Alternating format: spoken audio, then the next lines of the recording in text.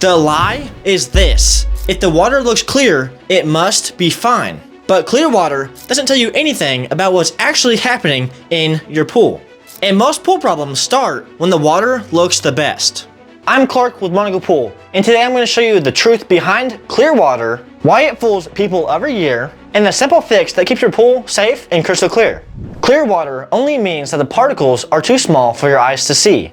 That's it. It doesn't mean your chlorine is working, it doesn't mean your pool is safe, and it definitely doesn't mean your balance is right. The most dangerous water I test every year is the water that looks perfect. Let me show you something. When I brush a pool that looks crystal clear, watch what happens. That cloudy stuff, that's the stuff your eyes can't see. Dead algae, dust, pollen, and tiny debris. And that is what slowly weakens your chlorine. Here's the part almost no homeowners realize. Your chlorine doesn't stop working when the pool turns cloudy. It stops working before that, sometimes days earlier, while the water still looks completely clear. This is why pools flip overnight. The warning signs were already there. They were just invisible.